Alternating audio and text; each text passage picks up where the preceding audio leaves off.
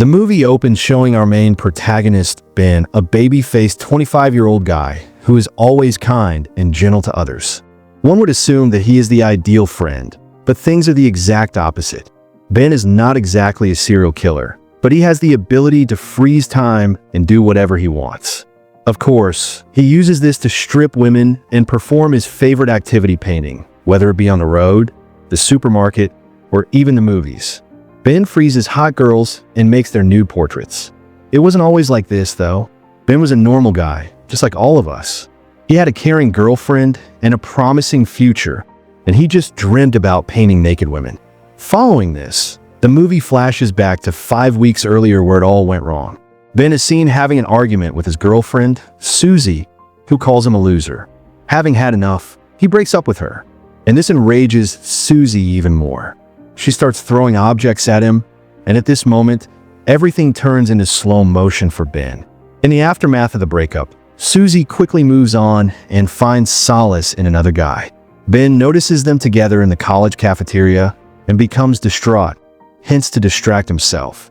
He joins our classes since Ben has been interested in making portraits ever since he was a child.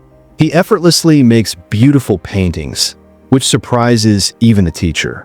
Ben specializes in making ultra-realistic human portraits. They say that Ben is the best at painting dong in all the land. However, at night, things become extremely tough for him.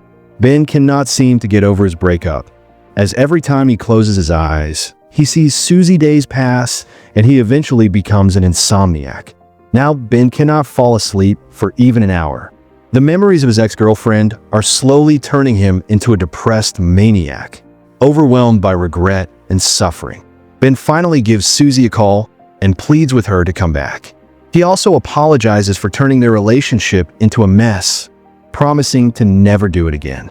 But despite Ben stooping so low for her, Susie refuses his request and hangs up the call. This sends Ben spiraling into an even deeper abyss of despair. Over the course of the next few days, he tries his best to pass the time. Ben reads books, watches movies, and even goes on solo trips to other cities. However, when night falls, the insomnia kicks in, making it harder for him to concentrate on anything else. So he starts going on random tours in the dark as well. One night, he heads to a local supermarket where he notices a job vacancy announcement for a night shift guy. Ben thinks that this is the perfect opportunity to pass the time and earn some money, so he immediately applies for the job. The following day, he scores an interview with the manager Jenkins and eventually lands the job.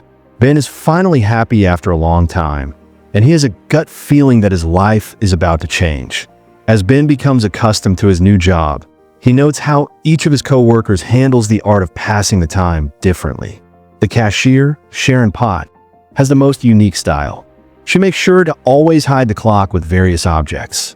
She believes that the time will pass slowly if she looks at it. Then there's a mischievous guy called Barry Brickman, who is never serious at work. Along with his equally cunning friend Matt Stevens, he plays different pranks on the female customers, like slipping an adult toy in their bags. Nothing passes the time like going to jail. Some of the customers are perplexed when they find it. However, some of them decide to keep it. The only guy who doesn't seem to care about the time is their boss, Jenkins. He can go on and on about how successful and rich he is once he starts with his egoistic speeches. Time passes very fast for him, but of all the night shift employees, Ben has the most unusual way of passing the time. Ben disassociated himself from time and reality. In other words, he uses his superpowers to freeze time and eventually his surroundings so that he could do whatever he pleases. Normally, one would have run away with money or do some explicit stuff, but Ben just wants to hone his artistic skills since he is in awe of the female body. He picks random customers, gently disrobe them, and begins drawing their portraits. Ben has no lubricant feelings towards them. He just wants to make sure his passion for art never dies. Once he is done, he dresses them back up and cracks his fingers, causing time to start flowing once again. This has become Ben's life now. It is not something that he can be proud of, but at least he is not that depressed or crazy anymore. Slowly but steadily, he has started diverting himself from Susie at home. Ben often hangs out with his best friend, John.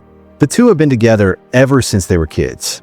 Sean is the exact opposite of Ben, as all he wants is to get into a girl's pants, whereas Ben just straight up does it against their will. It is revealed that he has been to every strip club in the city one night during his night shift. Ben encounters the cashier, Sharon, in the locker room. He appears to have a crush on her, but he can't bring himself together to express it. But as they talk, the friendly cashier takes a bite out of his sandwich, shocking him. A small piece of pickle sticks to Sharon's cheek, and she awkwardly tries to wipe it off, but to no avail. Seeing her struggle, Ben steps in and wipes it off for creating a very cheesy moment between the two. After a while, Sharon decides to leave and heads towards the door. Ben wants to freeze the moment and live in it for a week. But by the time he comes to his senses, Sharon is already gone. After a while, as he's going about his work, Matt suddenly pops up from one of the stalls and reveals that he is going to the movies with Sharon. This devastates Ben, and he wonders why he is so unlucky. He then recalls his school days where he fell in love for the first time. She was the smartest girl in the class whom everyone used to like. One day, she got into an accident and sprained her arm, because of which she had to wear a heavy cast every day. Her classmates used to write encouraging stuff on it to make her feel better. Ben also wanted to write something, but he was too nervous to even get near her. Unfortunately, his reluctance cost him the opportunity, as a few days later, the girl removed her cast. Everyone was happy to see her all recovered, but when they noticed that she had grown some hair on that arm, they started making fun of her. The girl eventually starts crying, and this is when Ben decides to swoop in. He takes her to a corner and consoles her, saying he will be there with her no matter what. Soon the two become good friends and eventually lovers. One day, the girl suddenly approaches Ben and inquires if he wants to kiss her without thinking twice. He says yes, and the two agree to meet at their favorite spot on the weekend. He loses his sleep for the next few days, and when the weekend finally comes, he arrives at the spot early. He waits for the entire day, but the girl doesn't arrive, breaking his heart. The following day at school, Ben finally learns that the girl has been relocated to another city with her parents. This is the first time he felt helpless and depressed. Back in the present, Jenkins gathers all his employees and tells them that they are going to play a friendly football match with his friends. Ben and the others don't want to play, but they have no other choice. During the match, the supermarket team loses heavily, as it is clear that none of them knows how to play. The opposition team ramps up the score with goal after goal, making it 26-0. When Ben has had enough, he freezes the time and heads to the locker room to relax. Suddenly, a guy unfrees himself and runs out. This reveals that Ben is not the only person who has acquired this ability. After a while, he heads out and snaps his fingers, allowing time to revert back to its original form. In the heat of the moment, Matt kicks the ball so aimlessly that it ends up hitting Jenkins in the face, is immediately rushed to the hospital, and all the other teammates go home, leaving Ben and Sharon alone. In the next scene, the two stop by at a nearby diner and they try to get to know each other better. There, Ben gets to know that she is actually single and that Matt was just joking about dating her. She then shares her dreams with Ben, and he does the same. Sharon says that she's always wanted to meet a painter because she imagines that they can see the true beauty of things, even against the true beauties, after their unofficial date. Ben walks Sharon home and awkwardly ruins their first kiss by pecking her on the cheeks where she wanted on the left. The following day, a disfigured Jenkins announces that he's going to host a party on the occasion of his birthday. Sharon asks Ben if he wants to come with her as a date, and the latter happily agrees. Later, Jenkins calls the boys to his office and gives them separate tasks for his birthday preparations. Ben is assigned with hiring a stripper to the party. Although he's never talked to one in his life, he knows just the person who can help him. Later, he asks his best buddy, Sean, for help, promising to take him to the party if they can get the job done. The two then head to a local club, where Sean uses his experience and hires a girl for the party. The next morning, Ben gets a call from an anonymous man who claims to be an art aficionado. He has an art gallery in the city and wants to have some of Ben's work in it. This delights the latter, as for the first time in his life, someone has appreciated his art, but unbeknownst to him, it turns out to be a prank call from Barry and Matt. That night, Ben gets dressed up for the party and heads to pick Sharon up. As soon as she opens the door, he happily tells her that a popular organization wants to display his artwork. Sharon wholeheartedly congratulates him, and soon the two head to the party. When they arrive, the party is already underway. Sean is being rejected by a girl, Matt and Barry are dancing like sociopaths, and Jenkins is on the DJ. Just then, Barry notices his ex-girlfriend, Susie, among the attendees. It turns out she is Jenkins's brother's girlfriend. Soon the stripper arrives and heats up the party. In particular, Sean forms an instant connection with her. Meanwhile, Ben heads to the bathroom, where he comes across Susie wasting no time. She expresses that she wants them to reconcile and become a couple again. Ben, of course, doesn't want it because he has already met the love of his life.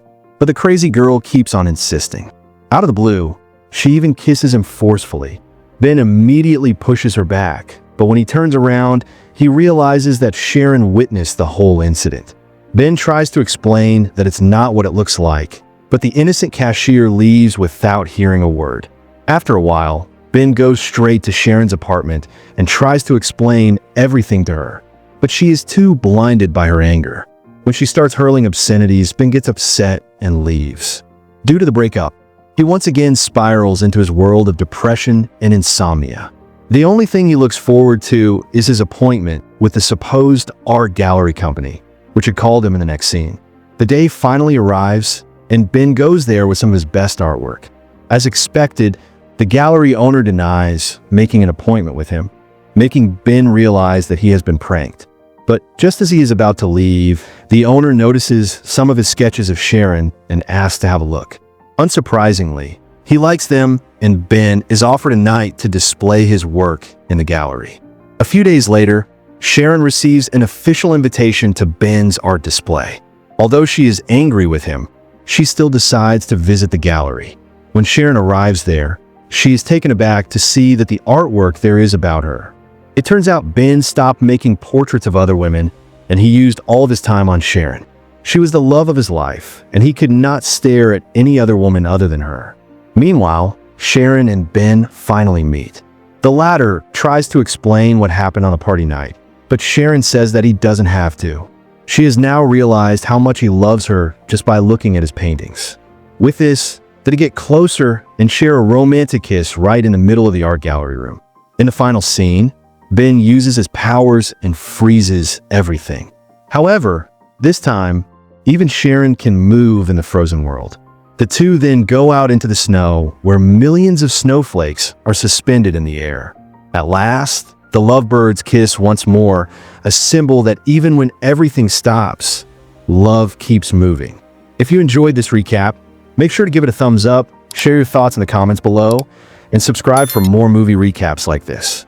Thanks for watching, and I'll see you in the next one.